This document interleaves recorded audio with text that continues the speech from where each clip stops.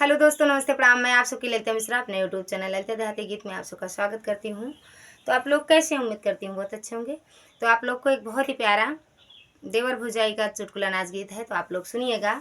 और comment box में ज़रूर बताना कैसा लगा आप लोग को यह चुटकुला नाच गीत। हर हर महादेव, जय माता दी। दोस्तों, ए देवरू तोहरे पे लागल बमनवा, ए देवरू तोहरे पे लागल बमनवा, लागल बमनवा हो, लागल बमनवा, लागल बमनवा हो, लागल बमनवा, ए देवरू तोहरे पे लागल बमनवा, ए देवरू तोहरे पे लागल बादिलवा, 5 बरिसवा से पिया परदेसवा, 5 बरिसवा से पिया परदेसवा, ए देवरू संघवा माँ जेला जवनवा, ए देवरू संघवा माँ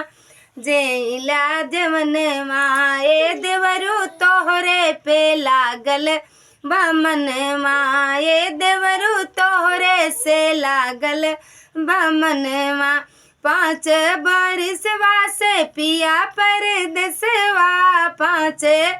बरिसवा से पिया परदेसवा, ए देवरू संघवा माँ घूटल्या गड़ुलवा, ए देवरू संघवा माँ घूटल्या गड़ुलवा, ए देवरू